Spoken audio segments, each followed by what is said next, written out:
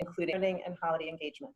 Liumi is a unique and nourishing space for the mind, body, and soul. Shayndel and her husband, Rabbi Baruch Plotkin, and their 7 children bring this unique experience to our Jewish community and beyond. They have been Jewish educators and Israel trip providers in our community for more than 25 years. Thank you so Welcome, much, Janice. Shayndel. Marissa, thank you all so much, Erica, for having me join you today and bring some community, which we really have grown up in here, our family. And when you say 7 children, I go, and they're all, the fact that I'm getting to do this right here is terrific. And it's a thanks to our Jewish community, because many of my kids go to Donna Klein and they are fully absorbed and entertained with their wonderful teachers and staff, thank goodness, throughout this ordeal, and are learning and growing every day, which is something inspiring for me to watch as I'm home as well. So thank you for letting me into your homes, and please join me into my home for a little while. And we're going to learn a Torah idea today. We're going to learn some text from the Torah, but what we're really doing today, and what I've experienced and I'd like you to share, is we want to see each other. Right now we're home. Some of us are home with a few people, some are on our own, and we want to see other friends and other members of our community. Want to just smile at each other, kind of let each other know that we're here together, because we are here together. And it's okay to feel anxiety and scared and the unknown. Sometimes we trick ourselves in thinking we know it all, and we're so busy that we got it all together. And nowadays we're kind of sitting back and thinking a lot more than we sometimes have time to do. And if anything, that's why I was delighted and honored to be with everybody today for a short time. Each day is different for me. I wake up sometimes calmly, and other days I wake up a little more anxiety stricken. And either time I get onto a Zoom experience or an experience like this, and I feel better. So I hope that everybody today together here will just feel a little bit better for a little while together. So having said that, we're going to take a look at some Jewish values through Jewish text together today. Marissa, I'll ask you, if you don't mind, to pop that on the screen. We're going to lose some faces of our beautiful faces, but we could see them down the side or in a gallery view as we look at the text together. And I'm also more of a guide by the side kind of facilitator. I love to hear people's voices. I love to engage with people and learn with each other, as opposed to frontal teaching. So as the text comes on the screen, I'm going to ask some people to join us by reading. I'm going to ask some people to kind of think about an idea that speaks to them. And from that, we'll have a conversation about Torah together, a conversation about our Jewish experience together. So with that, I hope everybody can still see some wonderful faces. I'm going to switch my, there we go. Good. Okay, so can I ask somebody to join us in reading? You can volunteer to read, or I can volunteer you. I already put some ringers in the crowd, if anybody, unless we have somebody new that wants to brave it up and start us off. I'll give a background. We're learning Hineni. Hineni is a Hebrew word. It means here I am, okay? Already there's a world of knowledge we can learn. We've said it before. We've said it when we're really in the present. We've also said it when we're not really in the present. I can say 1,000,000 times to one of my kids, here I am, I'm here, but I'm really texting or thinking about something else or on my way somewhere else. So we think about that phrase, here I am, and we have a different relationship to it. For the purposes of today, we're going to look at it in the Torah. We're going to look at the story that's coming up to one of our holidays, and Moses, and hear how he, manifests his understanding of here I am in his part in the Torah. And I'd like you all to think about and reflect how you can be that in your part of the Torah, because we're all part of the Torah, right? So that's what I want to kind of frame it with. Here I am, Hineni. When is that most relevant in your life? And how have you come in and out of that idea in your life? Okay, so we have the first pasuk, the first verse in the portion we're going to look at. Who would like to read for us just that one?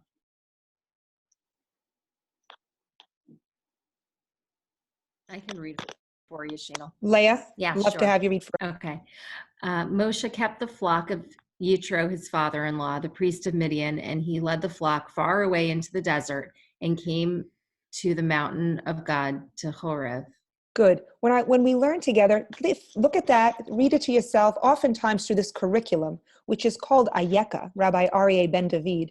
He's a reflective teacher, reflective practice, kind of understanding the text in your own way before we look at the commentators. So you would look at that first verse right there and you would say, okay, it looks like he was a herder of sheep and he lived with a family, but it says that he led them very far away. And we can think about literally far away or metaphorically far away.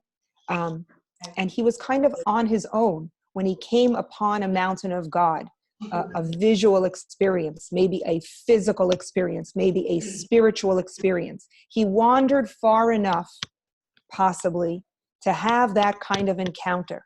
So that's how I want to frame the first verse. If anyone wants to add anything, you could raise your hand on the screen. You could chat if you want to share. Thank you for reading, Leah. Does anybody have anything they want to say on that first verse about what it could mean that Moshe went far into the desert?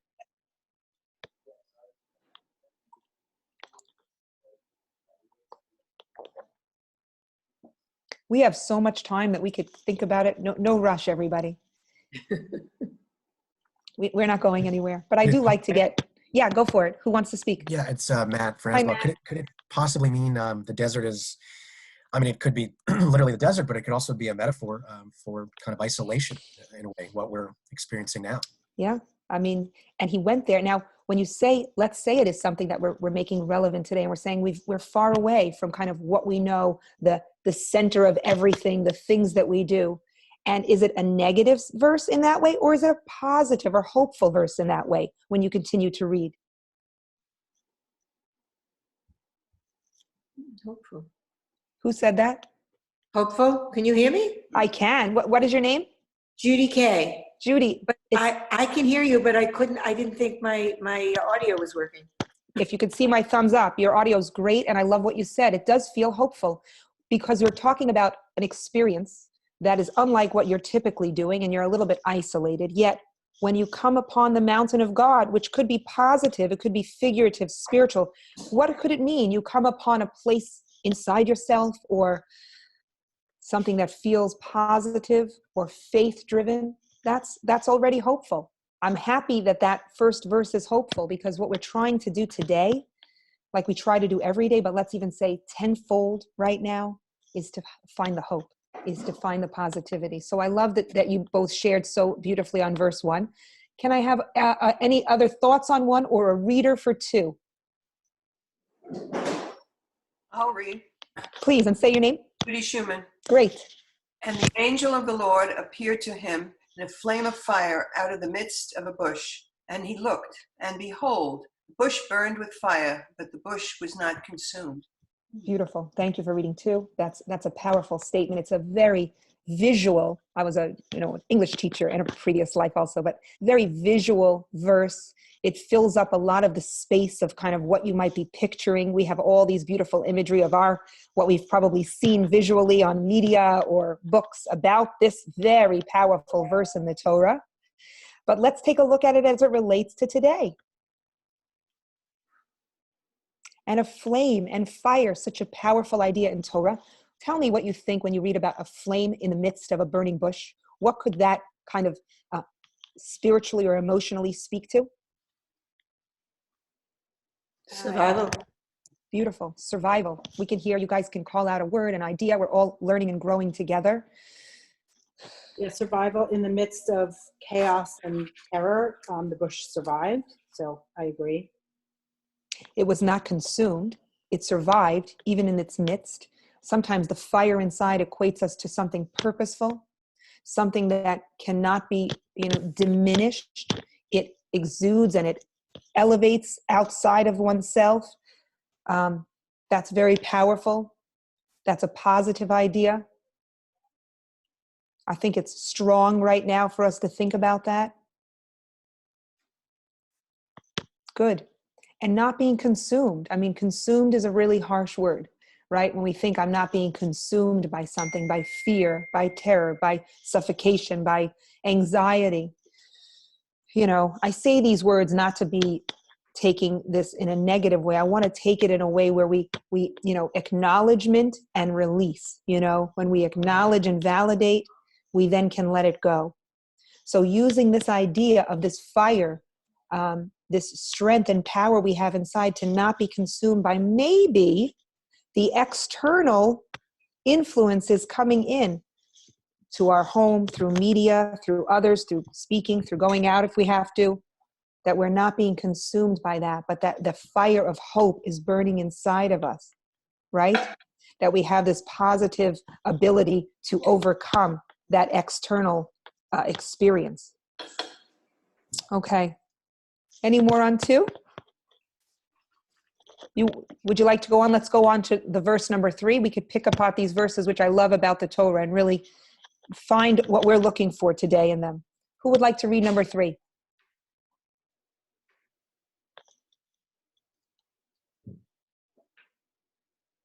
Carrie, you want to read? And Moses said, I will now turn aside and see this great sight, why the bush is not burnt. Wow. To me, that's very powerful, because there was a big jump just in terms of learning text. There was a big jump between 2 and 3. I'm going to give you a second to see if you can find it. That's just part of the fun of learning Torah and getting really into the text. But we finally have Moshe speaking, and there's a jump. Who can see it? Who can chime in where they think this happened?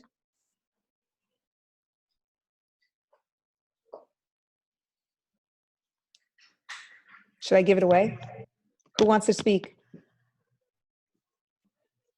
So Moshe said, I will now turn aside and see this great sight, meaning he wasn't really looking. We say, wow, was Moshe looking to find God?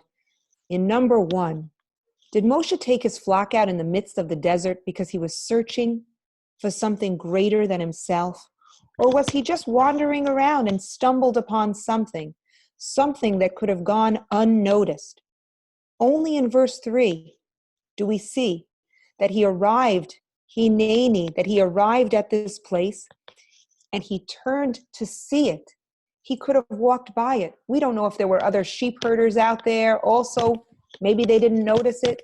We don't always notice even the fire burning inside us, even the purpose or hope or faith. We don't. Oftentimes we're very busy. Step back to where we are today. Sometimes we're so busy, we're not where we are right now.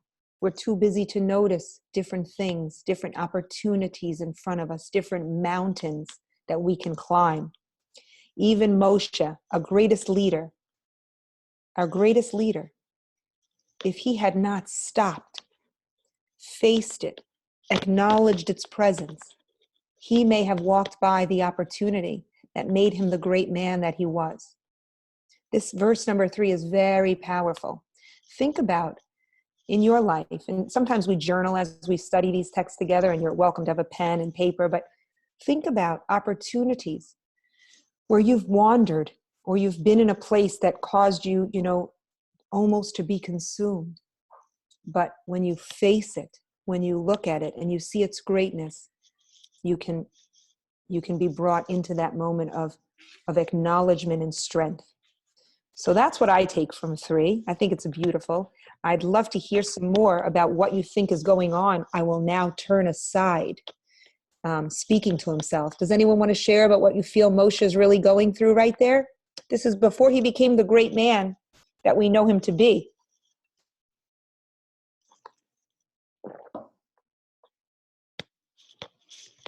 It's getting quiet. I don't want to have to call on people. Can I? Let's see. Marissa, you want to share? Or Janine? Janice? I thought it was too much for him to look at. Is that why he turns aside, or is he turning aside to look at? Good. So the way you can interpret it any way that speaks to you. So that's beautiful, because you're saying maybe he was looking at it, but it was too much for him to bear. That mountain was too great for him, so he turned away. That's one way of looking at it. The other way is that he wasn't really focusing on the mountain. He was wandering, and only when he turned did he see it and realize possibly this mountain is meant for him. We're put into situations so often and we say, this isn't my mountain to climb. Sometimes we say, this isn't for me. It's too great for me to see. And we turn. And other times we have to come to the forefront and say, I have to do this. I'm going to do it slowly and cautiously, but I'm going to have to do it. We wonder why we're put in these situations even today. And it takes a lot. So this is really relevant to what we're talking about today. Who just shared that they think this might be that Moshe looked at the mountain and then turned away, that it was too much for him? Terry. Terry, what else can you say about that? Well, that's sort of what I learned in Hebrew school years and years ago. So Good. I love that. I This is think also a memory game. your interpretation sounds a little bit better to me, that he realized it was for him. You know, So, we can go through our days having experiences like this. I find it's a very relevant text, and we have to ask ourselves a lot of questions. Some days we can go through, did I even ask myself one question today, or was I just so busy I could avoid all those probing thoughts I have? It's great to do that sometimes. And other times we don't get to that luxury of busyness and running around, but we're really in our heads and in our hearts and in our space. That's when something like a Hineni moment, which we're going to get to, pops into our minds, whether we want them to or not, whether we're ready for them or not. We could say, you're planning a simcha, you're planning a big event, and I'm not ready yet. Wait, I'm not ready yet, but you're doing all the processing and the prep and you're getting there. And sometimes things strike you. You didn't have time to prepare. Wait, I'm not ready yet for this. Birthing Like 7 we're planning times. for your daughter's bat mitzvah. Correct. And it's not happening right now. I have more time to plan. I was going to say, what about birth even? Some of us are early. We don't get quite to, wait, I wasn't ready. I didn't finish nesting. What's going on? She can't come yet. Not everything's here. The baby room's not ready. This and that. We remember those moments, We don't always have time to prepare physically for what's in front of us, that mountain.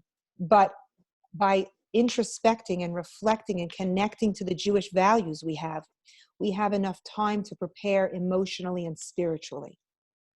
You don't always get to prepare physically. We all live in Florida with hurricanes, right? But we do give each other the strength to prepare emotionally and spiritually. This idea of even reading this and saying to ourselves, and I love that you brought up Hebrew school, because some of us, those are our best memories, and some of them, they're not such great memories, but at any rate, it's pretty common in a Jewish experience that we have some Hebrew school growing up, and these are the stories we remember.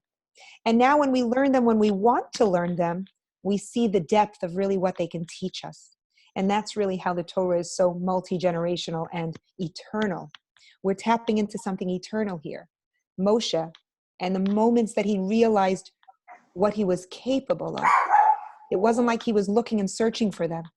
They appeared for him. And I want you to read line 4, because this is really the essence, I think, of where we can all have a conversation about as well. Who wants to read line 4? If the doggy wants to, I hear him too in the background. sorry. Who wants to read 4? I can. Go ahead. And when the Lord saw that he turned aside to see, God called to him out of the midst of the bush and said, Moshe, Moshe.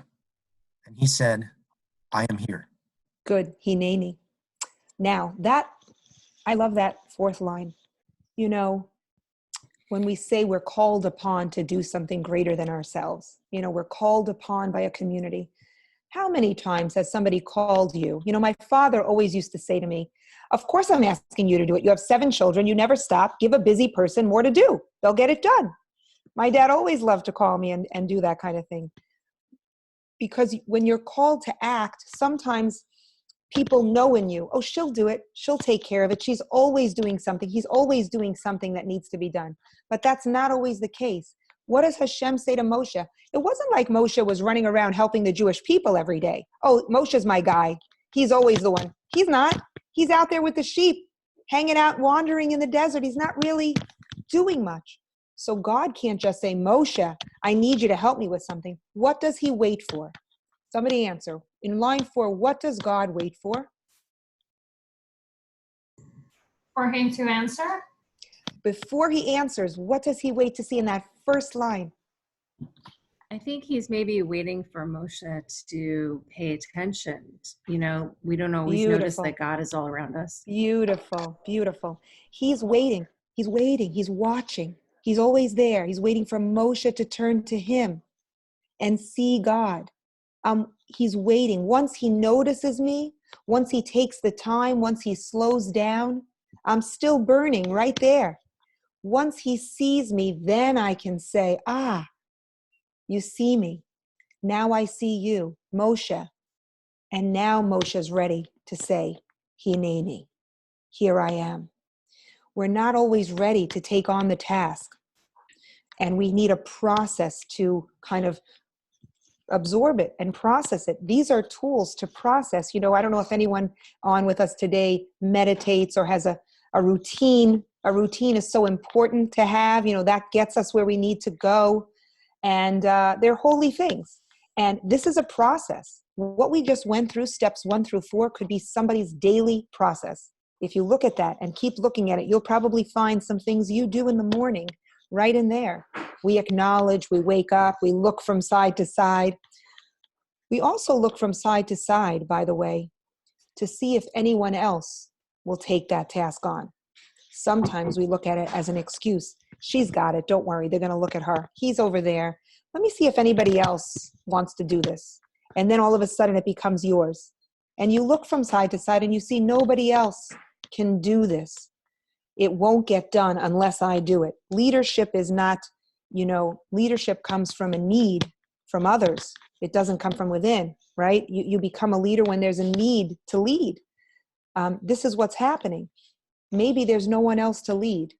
And God's waiting. Who is that person that's going to notice me? That person that notices me, I will notice.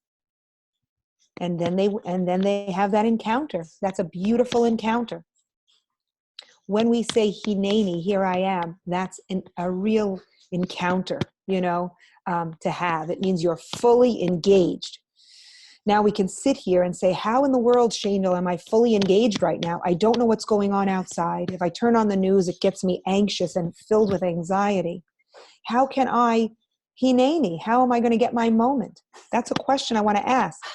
How do we get those Hineni moments today, right now? It's not easy, but that's when we sit down and we think, okay, where's my gratitude coming from? What am I focused on today? Sometimes, I don't know if you've been feeling, but the days are going by pretty quickly. Okay, it's almost 5 o'clock somewhere, no pun intended, but you know, we get through them, through faces we see and smiles we see and the people we connect to. Hineni, how many of us over the last few weeks have reached out or been reached out to by people we haven't heard from in a while, just to say Hineni, just to say, here I am, I got you, I'm going through this, I understand. These are our moments right now. These are our moments. And we don't want to be consumed by the externals because the flame of faith is burning inside us. That purpose we have, that hope that we have is fully 100% intact. That's very important to acknowledge. I'd like to go on to some of the commentators. I hope that, you know, can I get thumbs up on I usually do that in my class, get some thumbs up if we're all together. Can I get some thumbs up if we're all kind of here together, hanging out, learning? Okay, great. Wonderful. And I'd like to ask anyone if they want to unmute themselves before we go on to some of our commentators. Any other thoughts on the text? I was thinking how much it reminds me of the Kotzker Rebbe, who I think is the one that said, God is where you let God in. Beautiful. That we have to find ways to let God in, even when it's not obvious. And like Moshe wouldn't have noticed that necessarily God was there unless Moshe turned aside and, you know, took some time to notice. I love it. Look, it's a beautiful idea. You know, we have the opportunity always to expand ourselves. We can expand ourselves or we can close ourselves. We feel it physically in our bodies sometimes. You feel very closed sometimes, right? And other times we just feel like, oh, I could let the world in. I'm just so relaxed and happy and feeling it. And we have to work on that and kind of know ourselves well. These are ways that we can feel that. And when we don't feel open to others, we can just open ourselves up to Hashem. That's a beautiful idea. Good. So with that, I would love to ask a new reader to come and read for us that first commentary on the Torah, the Netziv, appeared to him. Who would like to read? I'll read. Please do. To him alone, because there were many people there, but the flame of the bush was seen only by Moshe. Good. That's a commentary on the verses there that you can read again. That it says, this is what's happening, says the Netziv. That the mountain of God appeared only to him, even though many others were there. And I appreciate that. The flame in the bush was seen only by Moshe. But what we just discovered in our reading of the text is it still didn't matter unless Moshe saw it himself. Moshe had to be the one to see the flame before anything could happen. We have to acknowledge Hineni before anything else can happen, right? It's very, very important to notice that about ourselves. And others were there. He turned to the side to see, but it wasn't meant for them. It was meant for him. Good. Comments? Want to go on? Who wants to read the Sfat Emet? Real Torah here, guys. Who wants to read? Mm-hmm. I can. In a flame of fire, not that the whole bush was burning, rather only a single flame in the midst of the bush, an inner divine flame that was covered up by the rest of the physical bush. But the flame of the bush was seen only by Moshe. Good. Again, Moshe. And I love that because we do know he's our leader. But this is getting a little bit more mystical, a little bit more Kabbalistic. Equating a flame to the inner divine is a beautiful idea. We equate Shabbat candles to that as well. And this is where it comes from in the Torah. Like there's one flame inside of you. It could be covered up by so much gashmias, we say in Yiddish, right? But we still have to find that flame. So this is what it's saying also, not a physical flame even, but Moshe had to discover the flame inside of him that was covered by the physical, experience he was having. Imagine herding sheep in the desert, tired, hot, sweating, exhausting, gathering. It's a very, it's very physical in that way. We have to remove ourselves, remove that physical control that we think we have in order to see that inner divine flame that we know is in there. So this is another beautiful idea, and I think it's hopeful for today. Anybody want to comment on what that single divine flame could be? I think it's God. Share again. You think that's God inside of us? Yes. Beautiful. Godliness. Godliness inside of us. Wonderful. And what are we meant to do with that godliness? What are we meant to do with that flame that will not be consumed by the physical? What are we meant to do when we discover that we have the flame of the divine inside of us? Share it. Share, it's great. Utilize it to do better, to go Ignite. out there. Yes. Let others see it. Bring it out. Let others see it. Share it. I love what you're saying. This is that inner flame of the soul. We are a soul and we have a body, right? The soul wants very much to be heard and very much to be a part of the experience we have here in this world. And especially when our bodies are not moving as much, the soul actually has a little more free time on its hands to come out, to show us what we're capable of, to help us to uncover its true, inner divine, what it really is capable of, this unconsumed faith, hope, purpose. That's what happens when we slow the body down. We don't want to slow the body down. There's always a battle going on between the soul and the body, the mind and the spirit.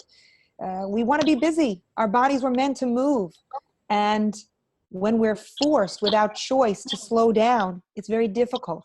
It could be depressing, isolating, of course, as we know. But there's an opportunity in that slowing down to do what we're doing. Go on, I'm sorry. Maybe we could share it through acts of loving kindness, and particularly today, different ways of showing that through acts of loving kindness. Well, that's such a Jewish value. It's actually at the core of our Torah, love. Why do we give you the Torah, says God? Because I love you. And what more does love want than to love someone else, right? These are beautiful ideas in the Torah. And it's expansive. You know, we open up when we love. We take those darker, closed places and we bring them out, just like that inner flame. So they're very equated in the Torah, love and the divine, right? When we bring out something we love to do, you know, how many times have you shared with a friend something you're so passionate about that you absolutely love to do, and they may not have one interest in the world in it, but they love that you love it. You know, you are sparking them, maybe not into what you're into, but something that they're into. That's the greatest gift. When you show that you love something and people see it in you, they're inspired to then find what they love. So let's turn the world on that note, you know, instead of what sometimes we find coming at us. But it's very powerful. Good. So I love that we went there from the Svat Emet. Whether or not that was his intention, it's irrelevant. It's our intention today to take that Torah idea and bring it into our lives and bring our voice of Torah out into the world.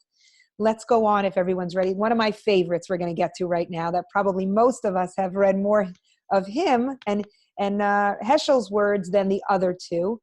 But I really, every time, enjoy what he had to share with the world. Who would like to have the honor of reading Rabbi Heschel?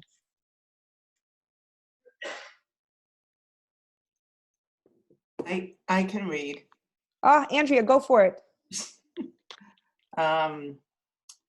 The ineffable inhabits the magnificent and the common, the grandiose and the tiny facts of reality alike.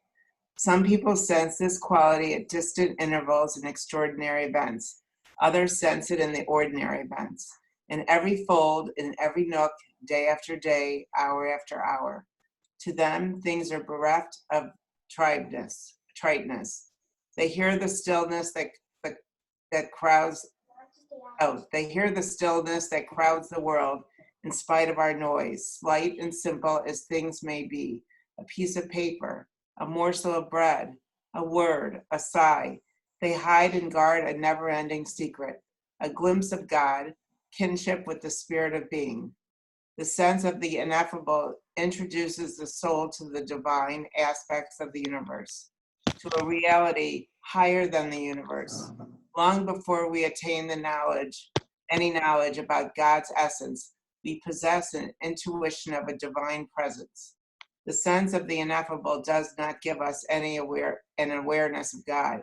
It only leads to a plane where no one can remain both callous and calm, unstunned and unabashed. Wow, thank you, Andrea. That was a lot for one reader, so I thank you for doing that. Heschel is a beautiful writer, and I don't know how many of you have ever read his works, but he's relating this all back to this glimpse of God. He's relating this all back to this four simple, well, the first seemingly simple line in the Torah, which is really a sheep herder, a flock of sheep. How simple, we think, how simple it is to be such a trade. But coming upon something so grandiose that each in our simple way can come to be a part of something so grand. So I would love you to read back at Heschel. Find a word or a line, and this is a very, I love this part of the Ayeka curriculum. It really speaks to us personally. Go back and please think of a word, see a sentence in there that pops out at you today. I'd like us to all spend a little time looking at that. I'm going to give you a moment or two, and then share when you're ready. You're finding a word or a phrase in Heschel's comments to share. I'm gonna go upstairs. Okay. I'm going upstairs. I'm going upstairs.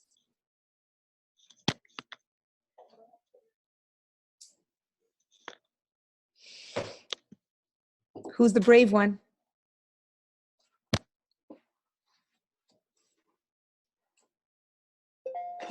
Jude.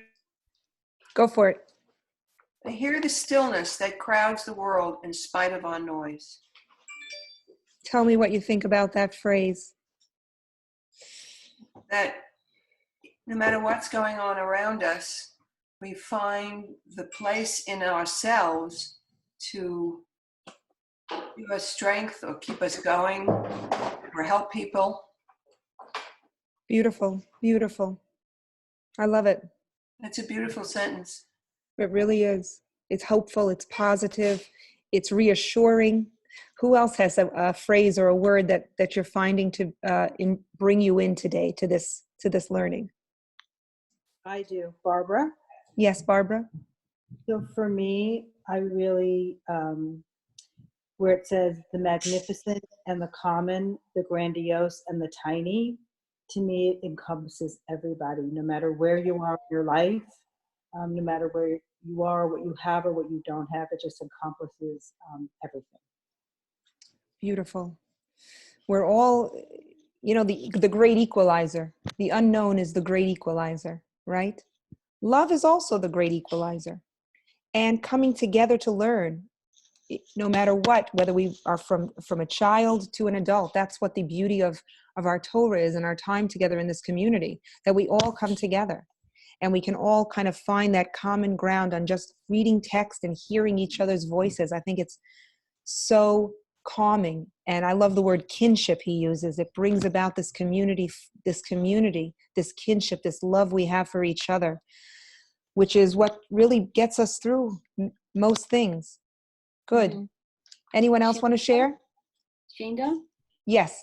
There was also another line that kind of hit me long before, towards the end, long before we attain any knowledge about God's essence, we possess an intuition of a divine presence. And I feel that kind of is like what's Hashem is in us and he's in all of us. And a lot of times, whether it's we're too busy or there's too much noise, whatever's going on, especially in today's world, there are people who it's there, but they know it's there. That's the intuition.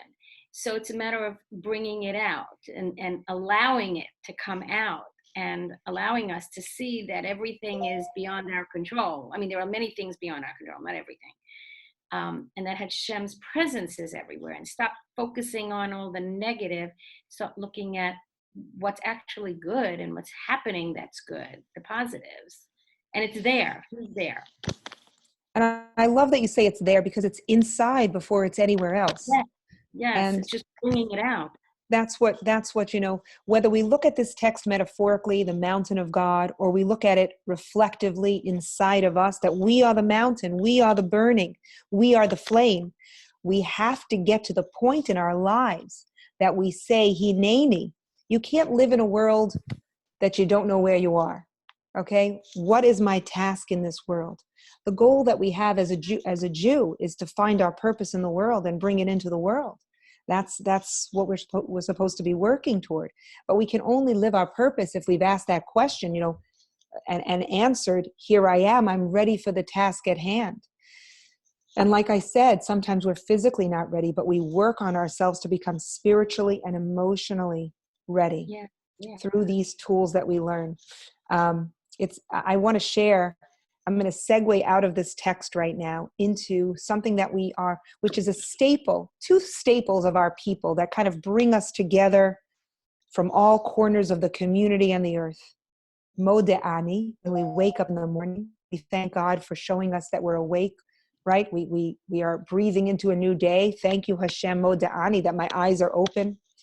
That you have faith in me.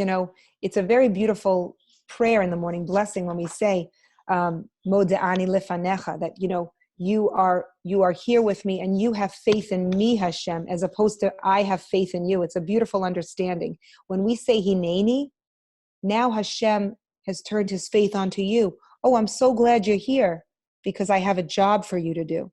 I've been waiting for you to notice me. I've been waiting for you to notice me.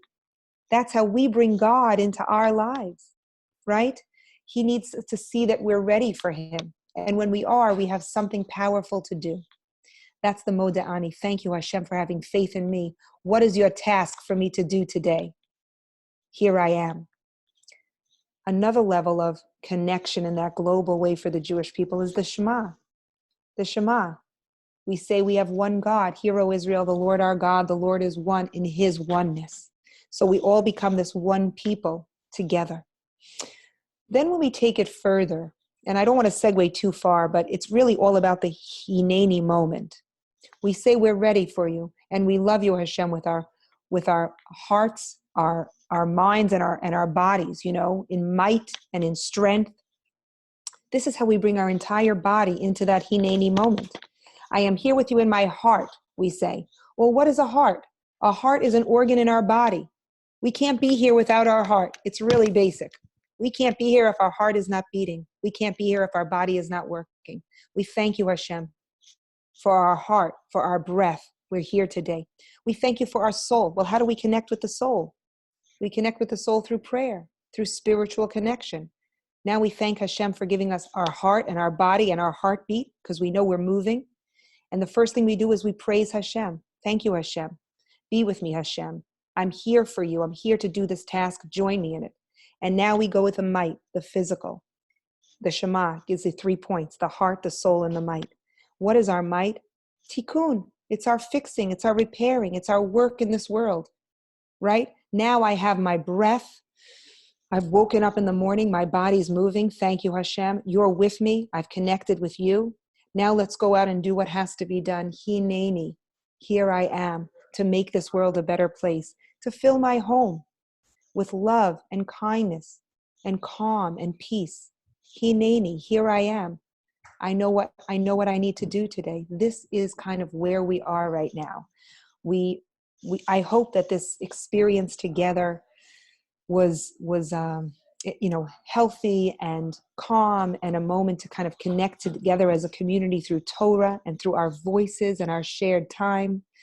I hope that the rest of the day will be healthy and calm and bring us closer to those moments of hope that are deep inside of us, and bring them out. Reach out to someone.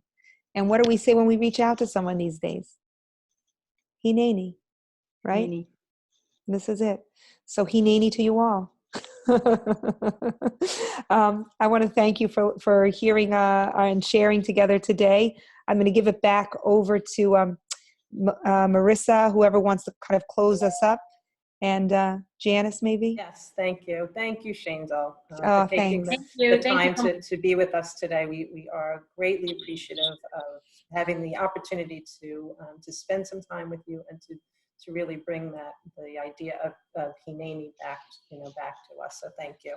Thank you. We can all say that we feel a little bit more enlightened and ready to face the rest of the day. So it's greatly appreciated. And we're so appreciative of all of you for joining us. Continue to look at your emails, because you will find more and more ways to connect with us and with your federation and your Jewish community during these unprecedented times. So stay well, stay safe, and we're here. We look forward to Thank you seeing so again. much. Thank you. Everyone have a wonderful day. You too. Shayndel, it's always good learning with you. Thank you so much. Bye, everyone. Bye, everyone. See you soon. Bye-bye.